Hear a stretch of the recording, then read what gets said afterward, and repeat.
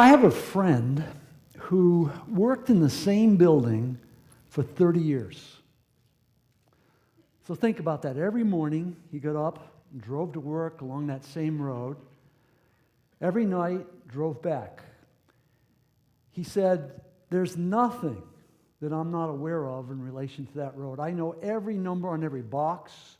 I know the color of every door on every home. I know everything about that road. And then one day, something happened. His car broke down. He went to the mechanic. He said, I need a loaner. The mechanic said, no problem. Handed him some keys, and he pointed at a van. The next morning, my friend climbed into that van and drove to work. Now, when he got in that van, he was sitting 12 inches higher than he normally sits. He said it was the most stunning day of his life. After 30 years, he drove down that road and he saw over fences he didn't see over before. He saw over hedges. And behind those fences and hedges, there were buildings, there were people, there were activities. He had an entirely new perspective on that road that he knew so well. Now, I think that story is a perfect metaphor for today. Because when we tap potential that's untapped, we see things in new ways. And a whole new world of possibility opens up to us. Today I want to share a story or two with you, and I want to do two exercises. The first exercise I'd like to do right now. I would like you, in just a moment, when I say go, I'd like you to stand up, find somebody you don't know right next to you there somewhere, in front or back, stick out your hand, and I want you to tell them your name. Hi, I'm John Jones. And she'll say back, hi, I'm Mary Smith. And then I want you to not talk. I want you to simply sit down. So it's a 5-second exercise. The goal is to have the perfectly still auditorium in 5 seconds. You got it? Ready? Go.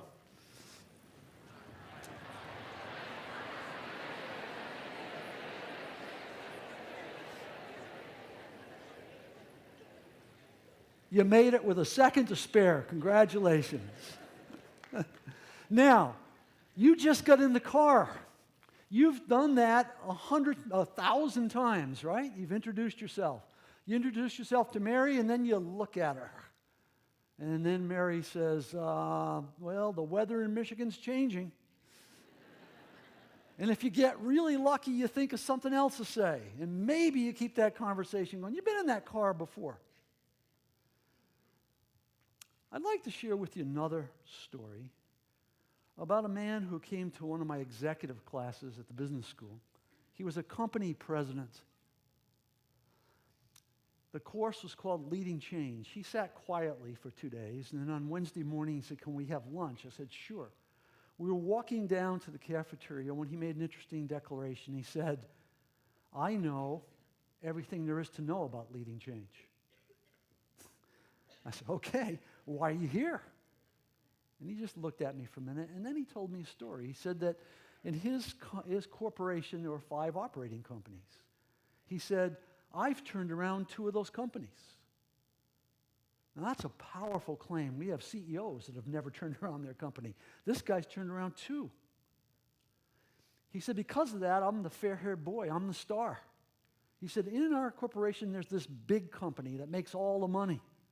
They called me one day, and they said, the person who's running this is leaving. In 18 months, he's gone. The job is yours. You've earned it. You deserve it. I said, but he's going to be there 18 months. We've got this other company over here that's already dead. They just don't know it. We want you to go there and hold the funeral. Now, his response was, I'll do it. And what was he thinking? He's thinking, fantastic, a third feather in my hat. I'll turn this one around too. And then he looked at me as we sat at the table, and he said, I've been there 9 months. I haven't accomplished a thing. I said, tell me more. And then he did the classic thing. He pulled the napkin up. He drew a little hierarchy on the napkin. And he said, well, she's doing this, he's doing this. Here's what we're doing with the widgets. And I'm listening not to his words, I'm listening to his feelings. And so I took a deep breath and I said, tell me something. What would happen if you went back on Monday and brought everybody in? And then you made an announcement. You said, you should know that in 9 months I'm due to be here. But as of this morning, that's all changed. I made a phone call. I no longer have this job. I'm going to stand here and I'm going to live and die with this company. And it's really bad news for you folks. Because before you go out that door, you're going to make some hard decisions. Now, I was worried he'd punch me in the face when I said this.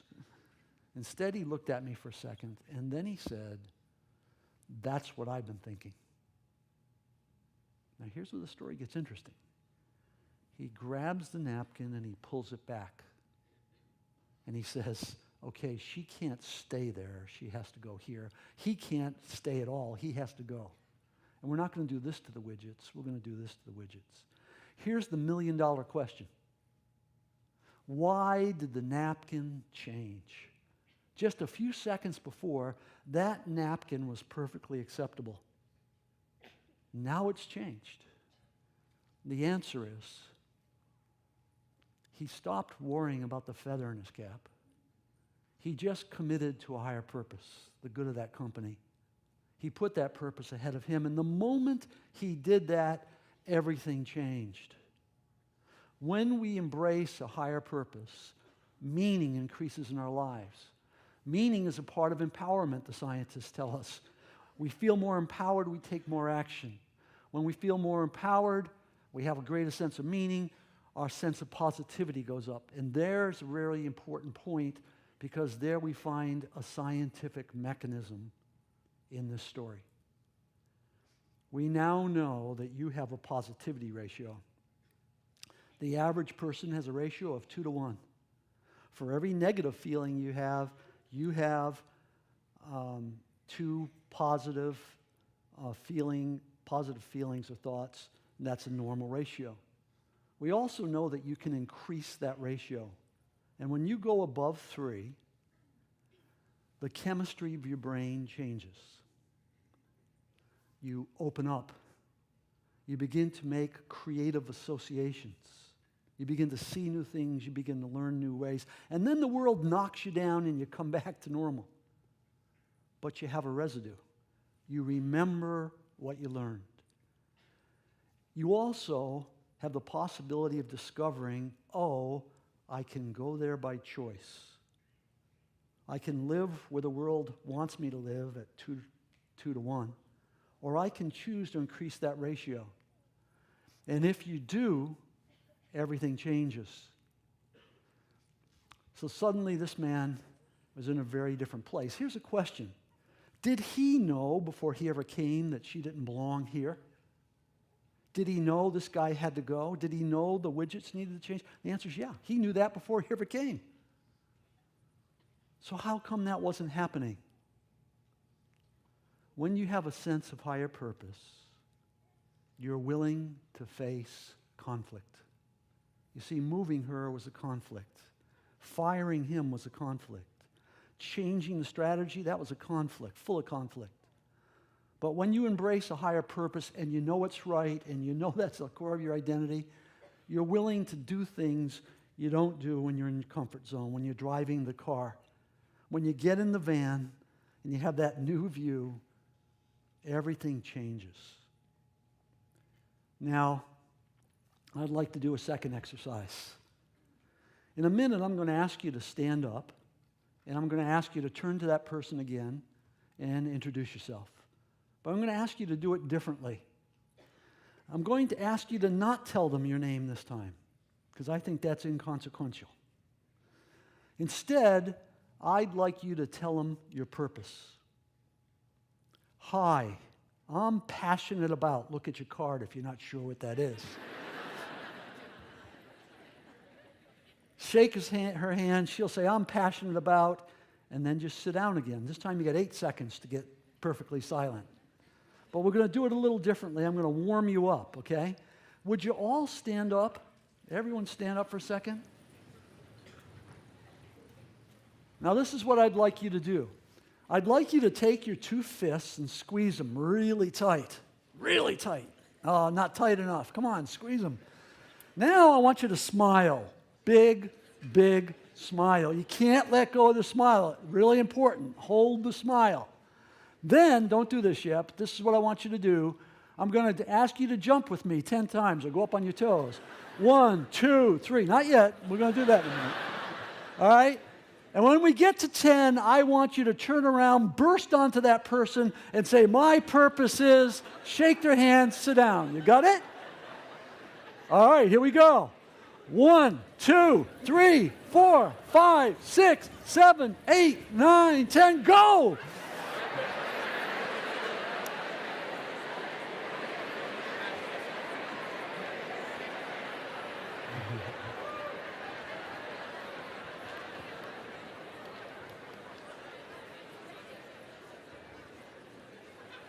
That was impressive. Your volume was about 20 times louder. The energy that burst in this room was many, many times greater. And think about the conversation that would follow. I can guarantee you Mary's not going to say, the weather in Michigan. She's going to say, what? Tell me about that. And you're going to say, yeah, tell me about your passion, your purpose. And you're going to create a high-quality relationship. In high-quality relationships, resources flow in a very different way. There's 1,000 people in this room. People who met that list we just said. People who are creators. People who are trying to do things in the world. People who are here because they're interested in living. What that means is everybody in this room is carrying a basket of resources. I invite you to make this the best day of your life. That at every break, at lunch, at dinner, that you forget your name and that you walk up with lots of positive energy. You shake that hand and say, my passion is. And as you embrace that purpose, as you increase that positivity, magic will happen in this place. And you'll leave a different person. Now, that's outside your comfort zone. It takes courage to get in the van and get out of the car. If you do, your perspective will be radically changed for a long time to come. I invite you to do that. Thank you very much.